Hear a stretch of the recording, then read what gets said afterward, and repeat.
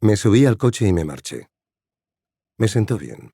El movimiento me hizo bien. No sabía dónde iba. Simplemente me marché. Me había embargado el aburrimiento. A mí, que nunca me aburro, me había embargado el aburrimiento. Nada de lo que se me ocurría hacer me producía el menor placer.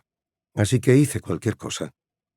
Me monté en el coche, empecé a conducir, y donde podía elegir entre doblar a la derecha o a la izquierda, doblaba a la derecha.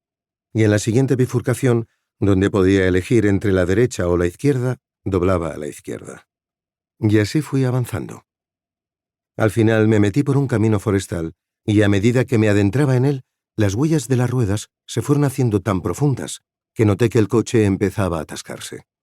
Pero seguí adelante, hasta que el coche se atascó del todo. Intenté dar marcha atrás, pero no funcionó. Así que paré el coche. Apagué el motor y me quedé sentado en el coche. Vaya, hasta aquí he llegado. Aquí me he quedado, pensé. Y me sentí vacío, como si el aburrimiento se hubiera transformado en vacío. O quizá más bien en miedo, porque sentí cierto temor allí sentado en el coche, mirando al frente, al vacío, como si mirara hacia una nada, hacia el interior de una nada. Bueno, menuda manera de hablar, pensé. Lo que tengo frente a mí es un bosque, sencillamente un bosque, pensé.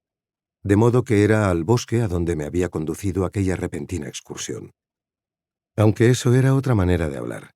Eso de que algo, cualquier cosa, conduzca, signifique lo que signifique eso, a algo. Bueno, a otra cosa. Miré el bosque que tenía ante mí. El bosque. Pues sí, árboles cercanos unos a otros. Pinos. Árboles que eran pinos. Y entre los árboles se veía el suelo marrón, que más bien parecía mantillo seco. Me sentí vacío. Y luego aquel temor. ¿De qué tenía miedo? ¿Por qué tenía miedo?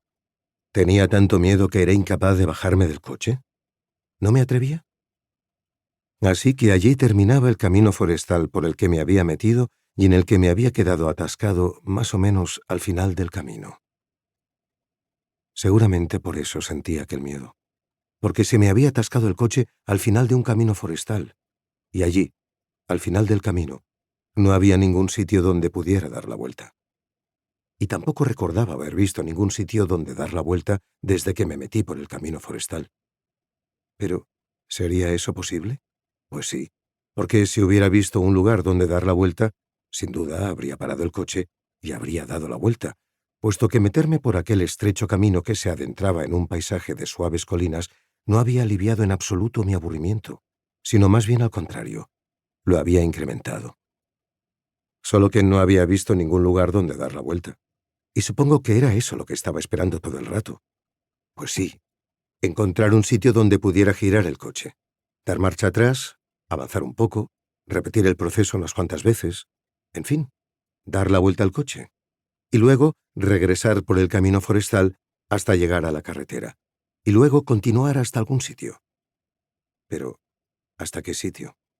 Pues hasta algún sitio donde hubiera gente, donde quizá pudiera tomarme algo, un perrito caliente, por ejemplo. O tal vez, ¿por qué no?, hasta llegar a un pequeño café de carretera donde pudiera pararme a comer. Eso no era imposible. Y de pronto me di cuenta de que hacía varios días, ya ni recordaba cuántos, que no comía nada caliente. Aunque supongo que eso nos pasa con cierta frecuencia a los que vivimos solos. Se nos hace cuesta arriba cocinar. Pues sí, tiendes a comer lo primero que pillas. Un poco de pan, si es que tengo pan en casa, con algo de fiambre. A menudo acabo simplemente untando mayonesa sobre el pan y luego lo corono con 2 o 3 lonchas de embutido de cordero. Pero, ¿qué sentido tiene pensar ahora en estas cosas? Como si no tuviera ahora cosas más importantes de las que ocupar.